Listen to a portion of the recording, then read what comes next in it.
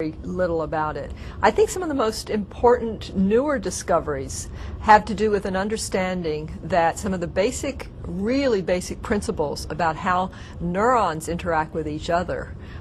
relate all the way up into aspects of learning that are important in everyday life. And particularly Hebbian learning, or what's called Hebbian learning, has an axiom that many neuroscientists know, and it says neurons that fire together nearly simultaneously in time wire together and become automatic in terms of their organization.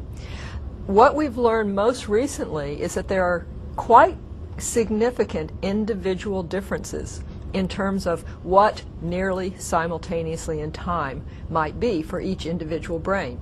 And that might affect, and does affect, the way in which the organization of all incoming sensory information is chunked together in time as being either a part or not a part of important percepts. A percept could be something like a speech sound or a syllable, or even a visual symbol like a comb or a TV set or something like that. So in each percept there are lots and lots of features that are important, and those features have to somehow be bound together in our brain so that you don't have to process each and every little one of them every time you see something or hear something. They just snap out as a represented percept. And what we're learning is that time and timing is one of the most important aspects of what ends up being put together and what doesn't, and most importantly that there are very significant individual differences that you can measure even in infancy that turn out to be the most predictive aspects of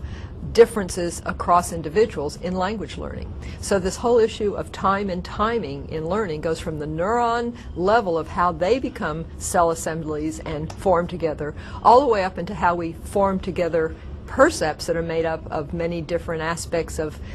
sensory information, both within modalities like the auditory modality or the visual modality, and maybe more importantly still between and across modalities. It all comes together in this time and timing, and the most really new information for me is that there may be this really important continuum with time and timing being really essential for how each individual brain works and sees and perceives the world differently from another.